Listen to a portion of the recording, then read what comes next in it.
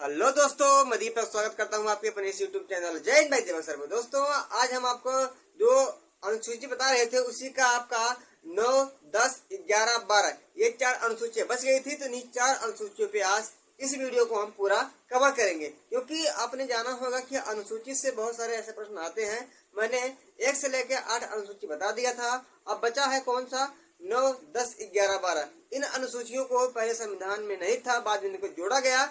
तो किस संशोधन के द्वारा जोड़ा गया तथा इस अनुसूची में क्या खूबी है, इन सभी को बहुत ही अच्छी तरीके से आपके सामने रखूंगा। तो आप क्या करेंगे, इस चैनल को अगर नए होंगे तो सब्सक्राइब करेंगे, अपने दोस्तों के साथ शेयर करेंगे और लाइक भी जरूर करेंगे। ठीक, ज्यादा समय न लेते हुए केवल हम इस टॉपिक की बात करेंगे और जितने प्रश्न इससे बने हैं उन सभी प्रश्नों को हम इसमें चर्चा करेंगे।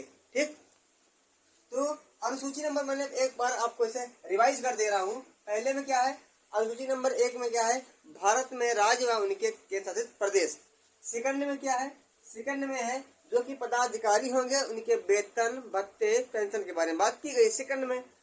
तीसरी नंबर में क्या की गई है, जो पदाधिकारी होंगे, चाहे प्रधानमंत्री हो, चाहे मंत्रिमंडल हो, राष्ट्रपति हो, कोई भी जो पदाधिकारी है तो उनका शपथ कैसे होगा, ये 3 नंबर में चर्चा किया गया है। अनुसूची नंबर 4 में क्या है, अनुसूची नंबर 4 में है कि राज्यसभा में कितने व्यक्ति केंद्र से आएंगे, कितने व्यक्ति राज्य से आएंगे, इसकी चर्चा की गई है, वह अनुसूची नंबर 4 में की गई है। 5 में क्या है, 5 में आपके जो जनजातीय एरिया है उन जनजातीय एरियो में जनजातीय लोगों के ऊपर कैसे प्रशासन होगा, कानून कैसे बनाया जाएगा, उनका नियंत्रण कैसे होगा ताकि वह नक्सलवादी न बन पाए, इसके बारे में चर्चा की गई है अनुसूची नंबर 5 में। 6 में क्या है, 6 में AT1 बताया था, ATMM। ए से आपका असम, टी से आपका त्रिपुरा, 1M से आपका मेघालय, 1M से आपका मिजोरम। यहाँ के जनजातियों जो अनुसूचित जनजातियां हैं इनके ऊपर विशेष प्रावधान बात की गई है किसमें, अनुसूची नंबर 6 में। अनुसूची नंबर 7 में क्या है, शक्तियों का बंटवारा। शक्तियों का बंटवारा मतलब क्या है, कितने विषय के ऊपर कानून बनाएगा केंद्र सरकार, कितने विषय के ऊपर कानून बनाएगा राज्य सरकार, कितने विषय के ऊपर दोनों कानून बनाएंगे, इसकी चर्चा की गई है, वह अनुसूची नंबर 7 में की गई है। 8 में क्या है, 8 में भाषा के ऊपर चर्चा किया गया है, क्योंकि जब संविधान को बनाया गया था तो केवल 14 भाषाएं थी, लेकिन वर्तमान समय में जुड़ी आपकी कितनी है, आपकी 22 भाषाएं हैं। इसमें पहले आपकी जुड़ी थी सिंधी, उसके बाद आपका मैथिली मणिपुरी, नेपाली, कोंकणी, उसके बाद आपका बोडो, संथाली, मैथिली और आपका 4 भाषाएं बाद में जुड़ी थी। ठीक, तो अब ये जो संविधान की अनुसूची है ये संविधान की मूल अनुसूचियां हैं। 1 से लेके 8 तक देखा जाए तो संविधान की मूल अनुसूचियां हैं। लेकिन ये जैसे सरकार बढ़ता गया, देश विकसित होता गया, लोगों को और अन्य प्रकार के विषय की आवश्यकता पड़ी, अन्य प्रकार की अनुसूची की आवश्यकता पड़ी, तो संविधान में संशोधन के दौरान उनको जोड़ दिया गया। तो 4 मुख्य रूप से अब अनुसूची 4 मुख्य रूप से अनुसूची जोड़ी गई है। एक 9वीं है, 10वीं है, 11वीं है और 12वीं है। तो 12वीं में कौन कौन सी अनुसूची है, उसमें कौन सा विषय है और किस संविधान के संशोधन के द्वारा जोड़ा गया है, इस वीडियो में हम इसके बारे में चर्चा ही करेंगे। तो इसको अब कर रहा हूँ इरेज। अब आपके अनुसूची नंबर 8 के बारे में चर्चा करूंगा। ठीक, तो अनुसूची नंबर 9, अनुसूची 9, अनुसूची नंबर 9 में क्या है, तो देखा जाए अनुसूची नंबर को संविधान के प्रथम संशोधन में, यानी कि अब लोगों को लगने लगा कि नहीं, हमें संविधान में संशोधन करके किसी और विषय को जोड़ा जाना चाहिए, तो उन्होंने अनुसूची 9 को एकदम पहले संविधान के संशोधन के दौरान जोड़ा, जो कि 1991 में संशोधन पूर्ण रूप से हुआ था।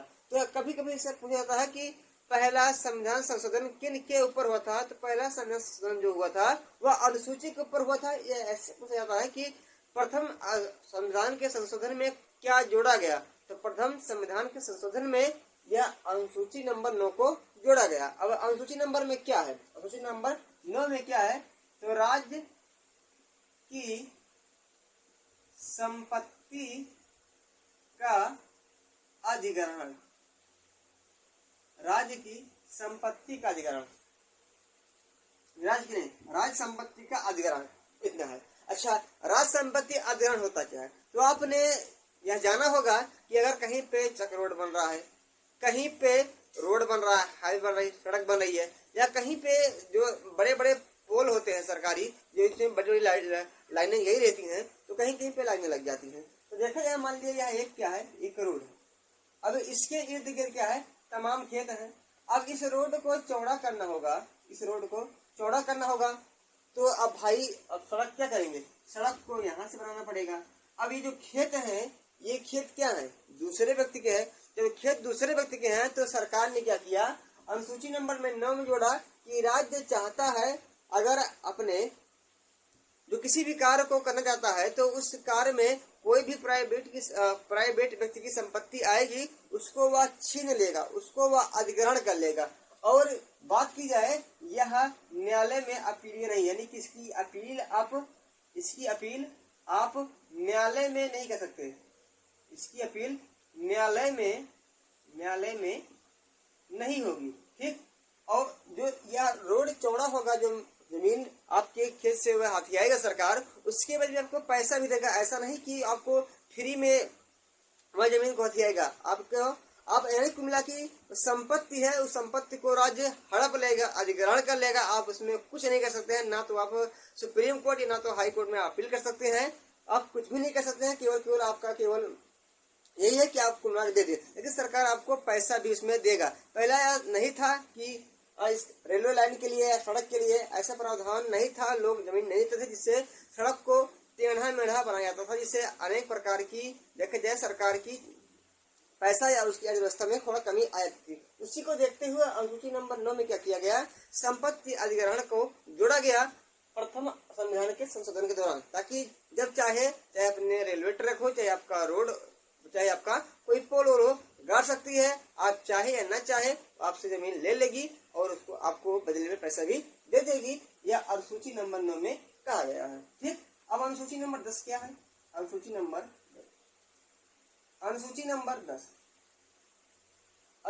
10 को जोड़ा गया 52वां संविधान, कब 52वां संविधान के संशोधन के द्वारा जोड़ा गया आपका अनुसूची नंबर 10, जो कि 1985 ईस्वी में हुआ, ठीक। इसमें क्या है, अनुसूची नंबर 10 में क्या है, अनुसूची नंबर 10 में यह है दल बदल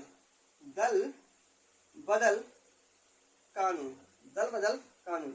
यानी कि दल बदल कानून का मतलब क्या है कि अगर कोई व्यक्ति, अगर मान लीजिए बीजेपी से खड़ा हुआ है, तो अगर बीजेपी से वह हार रहा है तो जाके कांग्रेस लड़ सकता है। अगर कांग्रेस से है तो जाके बीजेपी से, या बीजेपी से तो सपा से, बसपा से वगैरह वगैरह अपना दल को बदल सकता है। इसकी जो प्रावधान दिया गया है वह अनुसूची नंबर 10 में दिया गया। पहले यह नहीं था, लेकिन 1985 में इसको जोड़ दिया गया। यानी कि कोई भी नेता केवल नेता के लिए भैया है और किसी के लिए नहीं है।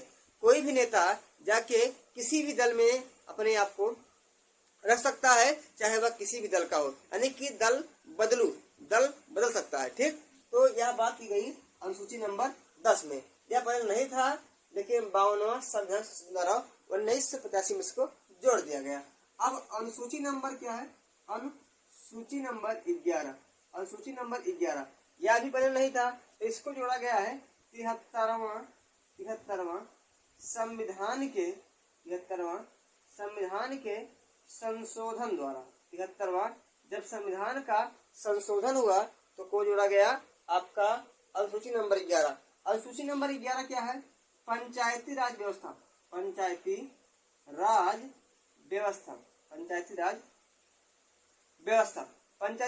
क्या है, मैंने इसके ऊपर संपूर्ण वीडियो बना रखा है, तो आप चाहे तो इसको पूरा देख सकते हैं। अब पंचायती राज व्यवस्था क्या, मैं इस बार भी थोड़ा बता दे रहा हूँ कि अगर मान लीजिए कोई गवाही मामला हो, तो उस गवाही मामले में तो आपका केंद्र सरकार या राज्य सरकार तो आएगा नहीं, तो इसके लिए एक स्थानीय सरकार का गठन करना पड़ेगा, जो कि आपके उस मसले को हल कर पाए, आपके सुख दुख को बांट पाए। तो उसके लिए सरकार ने क्या किया, एक स्थानीय सरकार का गठन किया। कब, 73वां संशोधन, जो कि 1993 में हुआ था, ठीक। इसके तहत क्या है, एक स्थानीय सरकार बनेगी, जिसमें प्रधान, बीडीसी वगैरह लोग होंगे और आपके मसलों को हल करेंगे। यह बात की गई है अनुसूची नंबर 11 में, ठीक। इसमें देखा जाए तकरीबन 29 विषय क्या है, तकरीबन 29 विषय हैं जिसके ऊपर स्थानीय सरकार कानून बनाएगी, ठीक। अब अनुसूची नंबर क्या है, अनुसूची नंबर आपका 12। अनुसूची नंबर 12 वह लास्ट अनुसूची। तो अब गांव के लिए पंचायती राज व्यवस्था है, तो शहर के लिए भी कुछ न कुछ बनाना चाहिए। सरकार को ऐसे लगा, देशवासियों को ऐसे, हमारे जो पॉलिटिशियन है उनको कुछ ऐसा लगा, तो उन्होंने क्या किया, जस्ट 74वां संविधान संशोधन उसी साल किया। संविधान में संशोधन उसी वर्ष किया, यानी कब, 1993 में। और जोड़ा क्या, जोड़ा नगर पालिका। क्या, नगर पालिका, यानी कि जिस प्रकार पंचायती राज व्यवस्था एक गांव के लिए मायने रखती है, उसी प्रकार नगर पालिका एक शहर के लिए मायने रखता है। क्योंकि शहर में देखा जाए अक्सर विवाद होते रहते हैं, कोई नाली को लेके, चक्रोड के लिए, कोई मकान को लेके, तो वगैरह चीजें होती है। तो उनका जो बात है वह ना तो केंद्र सरकार ना तो राज्य सरकार सुनेगी, तो उनके लिए एक लोकल या एक स्थानीय सरकार का गठन किया गया शहर में, उसका आ गया नगर पालिका। नगर पालिका के 18 विषय ऐसे हैं जिनके ऊपर नगर पालिका पूरी तरह से नियंत्रण कर सकती है। तो ये अनुसूची आपकी 9, 10, 11 और 12 सूचियां है। इस 12 सूचियों को बाद में संविधान के संशोधन द्वारा जोड़ा गया। आज इस अनुसूची को इस प्रकार से इसमें प्रश्न बनते रहते हैं। और यह पूरा वीडियो हो गया समाप्त। जय हिंद, जय भारत।